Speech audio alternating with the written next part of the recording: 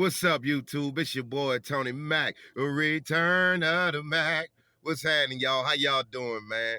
And y'all see me out here wearing this hoodie, man, because I'm out here trying to get on my New Year's resolution, my weight loss journey, where I just start off walking and doing 100 push-ups a day. Anybody know that reference about 100 push-ups a day from One Punch Man? If y'all know that reference, y'all know I'm an anime nerd. Anyway, y'all, I've been trying to lose some weight, you know what I mean? And it's been coming off on my little journey. Some things been dropping off, so I've been feeling good about it because I've been working out. And also, my real job, what I do for a living, is a delivery driver, which requires a lot of work. And why am I talking about work? Because our brother, Jerod Mayo, is right now out of it, man. The New England Patriots has fired Jerod Mayo after his first season as an NFL head coach in the NFL, y'all. Now, what y'all think about this, Honestly, it wasn't like major news to me because I'm not a Patriots fan, but one of my homeboys, shout out to my brother Mac Tastic, he is a Patriots fan, been a diehard Patriots fan. I joke with him that you really just a Tom Brady fan because you like the way he got his hair cut. You really like the way he throws the balls. You know what I'm saying? That's how I feel about every Patriots fan. But nah, my brother Mac Tastic is a real diehard Patriots fan. And he had a post on Instagram showing it to where he's like, man, I'm done with y'all. So when I say he's a Patriots fan, I'm actually wrong. He's no longer a New England Patriots fan because he said this is now enough. He's tired of what's going on with the organization. I was wondering, like, is he mad that they fired a black head coach after 1 year? I was trying to figure out what was the big deal about it. But I also realized that they fired Bill Belichick. They feel like they forced him out of the job. So I don't even think it's a race issue. I just think the Patriots fans are just kind of scratching their head like I was at what's going on with Robert Kraft. You know what I mean? Where is he getting this from, Is he getting his information from the strip club again? That's maybe what they try to figure out. I don't know, what's going on with the New England Patriots. But the only issue I really have with it, you know what I'm saying, is y'all fired a head coach after 1 year. I don't understand in the NFL, the top of the line. This is professional sports. This ain't college. This ain't high school. This ain't Pee-wee where dude said, I'm tired of selling dope, so I'm going to go ahead on and give me a little Pee-wee football team and coach and whatever like that. No, this is the NFL. This is the top, the tippity top. This is the highest that it gets, right? I don't understand how you don't give a coach at least 3 seasons to get the job done. What would be the point after them firing him after 1 year? You know what I'm saying? And y'all wondering why I say 3 seasons. Why do I say an NFL coach need 3 seasons? One, because when you come in as the first year head coach, right? You come in to coach somebody else's team. You're coming to coach somebody else's team. And I think that's probably what a little bit of what my brother Mac Tastic is a little bit upset about is he feel like Jerod Mayo, like for y'all to fire him after 1 year, that means y'all really never felt like he deserved a job. Maybe y'all hired him to make it look like y'all down with the people. You know what I'm saying? I don't know. Maybe it was a political move, and that's probably why my brother was upset about it. It just don't make sense to me that you would kick someone out after the first year because, like I said, when you bring in a coach after the first season, he's really coaching someone else's team. Then the next season is like, okay, this is the team I got. They're buying into my philosophy, my principles. Let's see how far it can go, right? And that year, we're looking to see if are we at least playoff bound? Did we go far in the playoffs? Did we make the playoffs? Did we miss the playoffs by a few games? Do we need to make a few picks, make a few drafts, get a few guys out, bring a few guys in? You know what I mean? That's what you're doing in your second season. And by the third season, we need to see significant improvement in the team. And if we don't see that by your third season, it's time to get rid of that head coach. I would understand that. But getting rid of a guy after their first year in the NFL, I don't care how bad they go, how bad the record was, it makes no sense. And for those who thinking I'm crazy for that, let me mention 2 names that if you would have fired them after their first season, you would have etched these guys right out of the NFL history books. Bill Walsh and Jimmy Johnson. Bill Walsh and Jimmy Johnson. I believe Bill Walsh, first season as a head coach, he went 2-14. Arguably the greatest head coach of all time. Jimmy Johnson, also another head coach, arguably the greatest head coach of all time. His first season, I think he only won 1 game. But then the Dallas Cowboys end up making that crazy trade for Herschel Walker, Well, he ended up getting all them kind of draft picks, and here come Michael Irvin, here come Emmitt Smith. Make some great draft picks and some free agency moves and player hate on the San Francisco 49ers. Here come the greatest football player of all time, Coach Prime. Come to the Dallas Cowboys. That's why I don't like y'all, because y'all always hating on the 49ers. Y'all always want what we want. The Dallas Cowboys, you will never be the 49ers. You'll never look like us. You'll never be cool like us. Your team always going to be a bust, and your owner is a buster, straight up. That's how I feel about the Dallas Cowboys. And if you like the Dallas Cowboys, F you. That's a record label, establishment, and the crew. And I messed up the song. So if you mad at that, F you too. Now, with that being said, I just feel like y'all don't give these head coaches enough time to even change up a team, change up a philosophy, and make this team any type of way to be even better. So if you firing a guy after 1 year, it does look like a political move. It does look a little shady on that one. Robert Kraft, I don't know. I don't know, man. Maybe they just felt like Jerod Mayo couldn't take over the locker room. Maybe the team just wasn't buying into him. And we got to also look at this, man. Jerod Mayo is a defensive player, He is a defensive guy, so he's probably going to come at it with a defensive aspect, which is historically, your NFL Super Bowl winning head coaches. More recently, Bill Belichick, a guy who's a defensive-minded head coach. But here's what Bill Belichick and Andy Reid, another defensive-minded head coach, has that a brother Jerod Mayo doesn't have. Hall of Fame talent at the quarterback position. Bill Belichick had Tom Brady. Andy Reid has Pat Mahomes. See, when you got the guys that I don't really got to coach them, they're going to go out there and take care of them and their offense coordinator, quarterback coach. They're going to take care of everything on the offensive side of the ball. I'm going to make sure this defense on fire. You know what I'm saying? And you can do something with that. You can do something with that. I think DeMeco Ryans, what you got with the young boy C.J. Stroud, y'all make a few little picks out there for the H-Town. Y'all make something happen out there for Houston. I believe it can happen. You know what I mean? I believe so, because he's a defensive-minded head coach, and he got a quarterback that if he gets with an offensive-minded guru and an offense coordinator and a great quarterback coach, DeMeco ain't got to worry about nothing over there on the offensive side of football. I deal with the defense. See, that works when you have that kind of talent. But did Jerod Mayo have that at the quarterback position with the New England Patriots? No, he did not.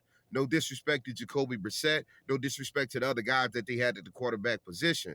But I think we all will agree the skill level between them and Pat Mahomes is a big step. The skill level between them and Tom Brady may be even a bigger step. So let's just keep it real about that. And like I said, we talking about good coaching and quarterback play, right? Now, I had a conversation with my dad, and he was talking about the young boy, Shadir Sanders, Coach Prime's son. And my dad, I ain't gonna lie to you, I love you, Pops, but you was hating a little bit in that conversation, talking about you don't think Shadir gonna do great in the NFL. I don't see how he not. The boy can read defense. He can throw on the run. He can throw from the pocket. He's just all around great quarterback. I don't see a flaw in his game. I don't see a flaw in Shadir's game. You know what I'm saying? I don't like that he got good hair and I'm bald head.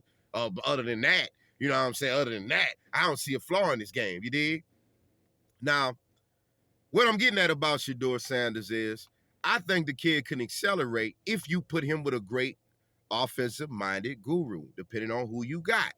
You know what I'm saying? Because there's a guy out there by the name of Greg Roman. Y'all might know him from the, offense coordinator as the Baltimore Ravens. But I know him because he was formerly the offense coordinator with the San Francisco 49ers. Back when the coach, the great Jim Harbaugh, had Colin Kaepernick stepping over cats and doing like this on his way to the Super Bowl. No, we did not win that Super Bowl because the NFL felt like Ray Lewis deserved another one for whatever reason. Yeah, I'm so loser, so I'm not giving it to him.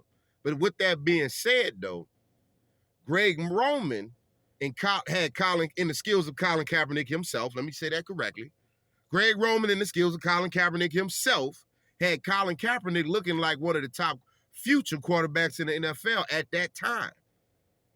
So it doesn't surprise me that Jim Harbaugh gets on the phone with possibly John Harbaugh, who gets Greg Roman out there to Baltimore. And we speed this up years later, and we got Lamar Jackson coming around and winning not one, but two, but possibly his third MVP. And the young man ain't been in the NFL 10 seasons. Now, I don't understand if y'all know how great that is. But if somehow, some way, Lamar Jackson lead the Baltimore Ravens into the Super Bowl on the same way of snagging a third MVP. We are literally talking about a mobile quarterback who the NFL has always talked trash about ever since Steve Young and Michael Vick and Colin Kaepernick doesn't get it done. Lamar Jackson could tell all of them to shut the up because he would, in my opinion, be a top 15 quarterback, if not top 10 quarterback of all time. Because the kid is on his way to his third MVP, and I don't see a reason why they shouldn't give it to him. Over 4,000 yards from the air, another 900 on the ground on the team with Derrick Henry, who's also second in the league in rushing, by the way. So I don't see a reason why we're not giving it to Lamar Jackson. I get it that y'all want Josh Allen to keep winning this thing, man, but to me, NFL, we're going to keep it all the way 100. It seems like it's always Josh Allen's award to lose, but Lamar Jackson's award to win. Lamar got to keep going out there and prove it night and day or day and night. He got to go out there and prove it all the time. I couldn't make that rhyme. Anyway, Lamar Jackson deserves this MVP, man. And Lamar, man, I don't know what you got to do. I think they're going to want you to cut the braids before they give you the Super Bowl. I feel like because you got them braids, you got swagger, you cold, you black, dark skin. Like, they're not going to let you win it. You got you three times a champion. They're not going to let you win it, Lamar.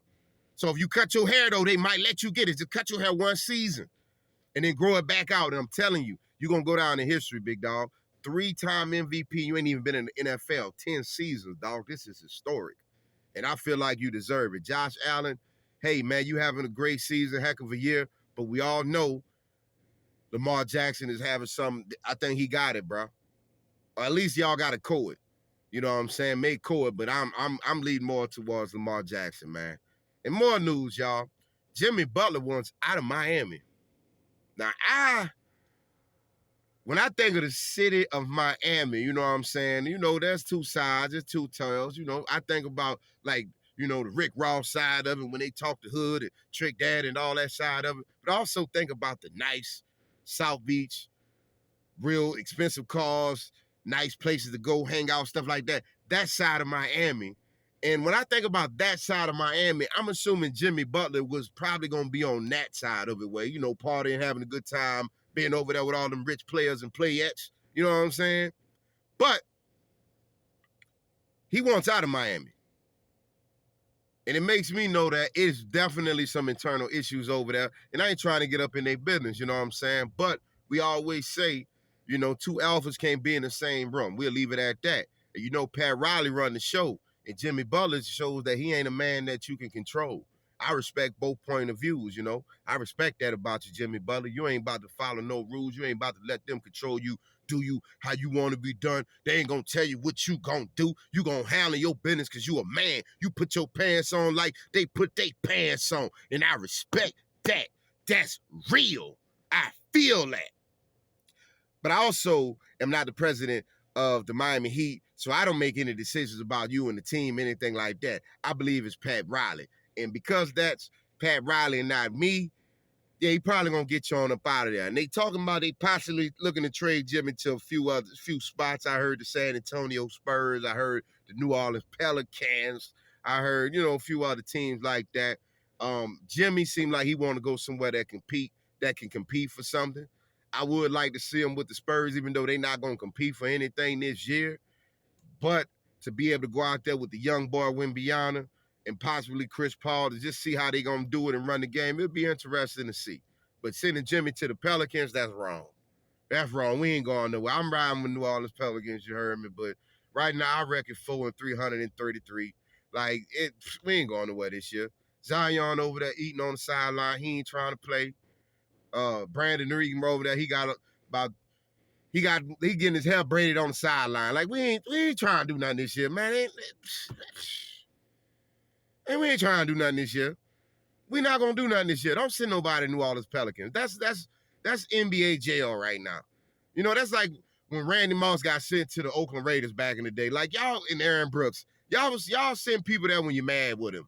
Don't send Jimmy Butler over there to New Orleans Pelicans, man. Go send that man somewhere they actually compete for something, man. Send him to the Lakers. See what Jimmy look like out there with Brian and old Anthony Davis, man. See what that look like, man. You know what I'm saying? Plus, the climate ain't gonna be too much of a difference. You know, we're gonna be out sunny beaches to sunny beaches. It ain't no thing. You know, it ain't gonna be no too difference of a thing. You know. Also, man, before I get off here, do want to give a shout out to the young man Mike Evans, wide receiver for the Tampa Bay Buccaneers. Man, it's too many times guys in the NFL go unnoticed. You know, wide receiver back in the day, Derek Mason played for the Tennessee Titans as well as the Baltimore Ravens. Top 20 wide receiver in NFL history if we looking up the numbers, man, but most people won't even know his name. And I hope that doesn't happen to Mike Evans. So we got to give a shout out to Mike Evans because he's in the history books with the great Jerod, the GOAT, the greatest wide receiver of all time, arguably the greatest football player of all time. Every San Francisco 49er fan for sure better feel that. If you don't bleed red and gold, baby. Anyway, shout out to Mike Evans because he's in the history books with Jerod, tied his records for the most consecutive 1,000-yard season by a wide receiver. Y'all don't understand how big that is, especially in a game where the moment a player loses step and the moment you injure too many times, the team will boot you out of there like it ain't nothing. So for the Tampa Bay Buccaneers to believe in Mike Evans and Mike Evans to go out there on the field day in and day out and prove why the Buccaneers should believe in Mike Evans, shout out to you for that record, man. Anyway, thank y'all for tuning in, man. If y'all like the video, y'all love what your boy talking about, please like, subscribe, share the channel with a friend, share the channel with an enemy. You know what I'm saying? I feel good because somebody told me recently I look like a celebrity. They said it was Rampage Jackson, but I'm riding with it. Anyway, y'all, thank y'all for tuning in. Tony Mack, where it's always real, but it's always love. Peace.